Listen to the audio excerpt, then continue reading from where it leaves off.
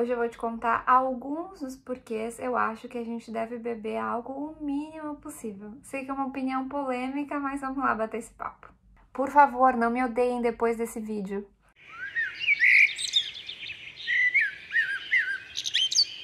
Bom, gente, eu quero dizer também que esse vídeo, ele tem o foco no consumo de álcool de forma social. A ideia aqui não é discutir a dependência de álcool. Se você sofre com isso, procure ajuda psicológica particular ou procure o postinho de saúde mais próximo da sua casa para você poder ser encaminhado ao CAPS. Há também grupos como os Alcoólicos Anônimos, o AA, que também podem te ajudar. E se você é um familiar, você pode procurar também pelo Al-Anon, além do acompanhamento psicológico também.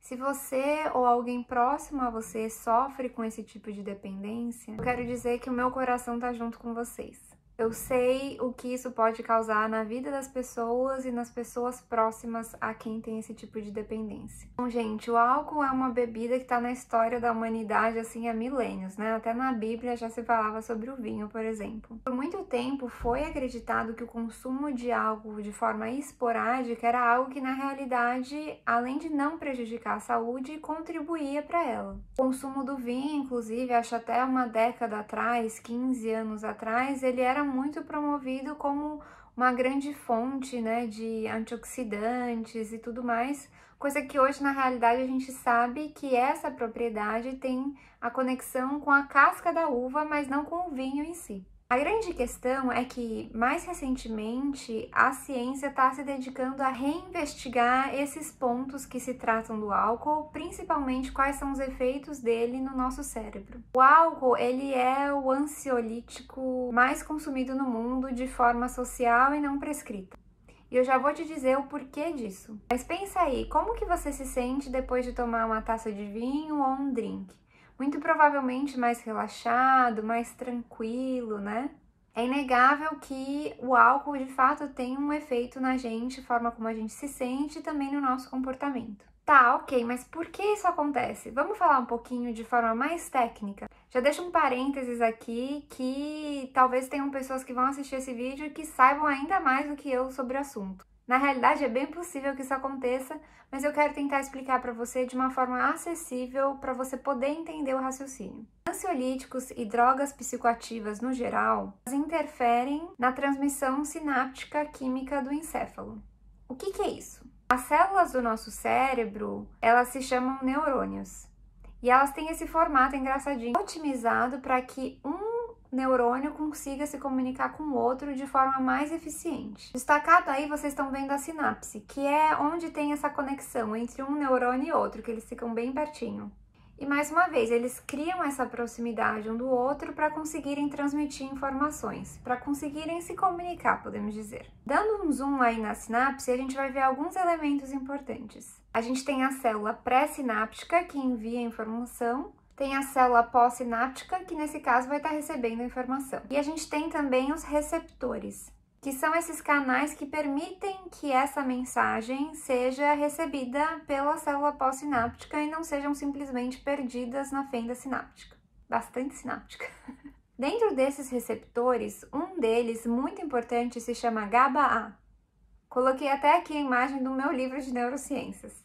E o GABA, ele medeia a maior parte das interações sinápticas no sistema nervoso central. Então, ele é um receptor muito importante. E por que essa inibição sináptica ela é importante? Vamos dar um exemplo. Muita inibição sináptica, ela pode causar coma, enquanto que pouquíssima inibição sináptica significa que a gente pode causar convulsões. Mas olha aí nesse desenho do GABA.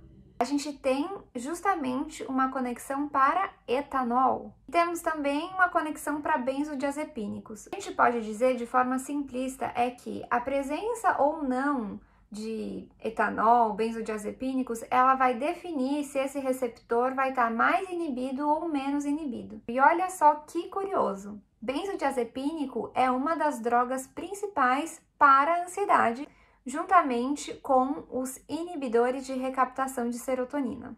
Por isso que a gente diz que o álcool é um ansiolítico. O que se acreditava anos atrás é que as pessoas que tinham ansiedade usavam do álcool como uma forma de se automedicar. Porém, Hoje em dia, a gente já não tem mais tanta clareza disso.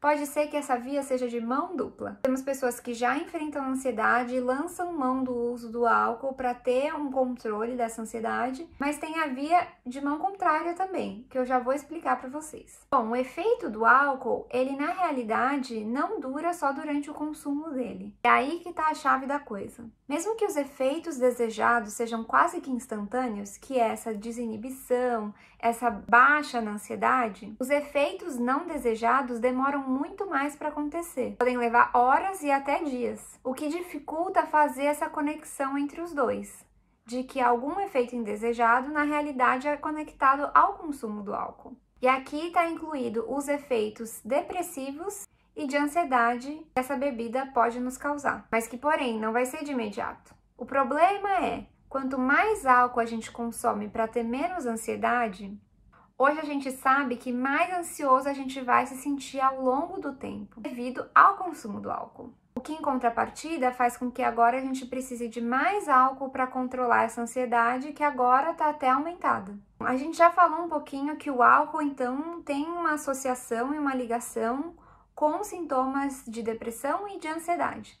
Porém, o álcool tem um efeito também no sono. O problema aqui, quando se trata do sono, é que o álcool ele é rapidamente absorvido e ele cria esse efeito sedativo. Porém, quando esse efeito sedativo passa, que é um efeito bem rápido de algumas horas, você acaba se sentindo alerta, por exemplo, no meio da noite. Isso quer dizer que o álcool, o que ele faz na realidade, ele suprime a fase REM do sono, que é o sono restaurativo, que é o sono que no dia seguinte a gente acorda com disposição.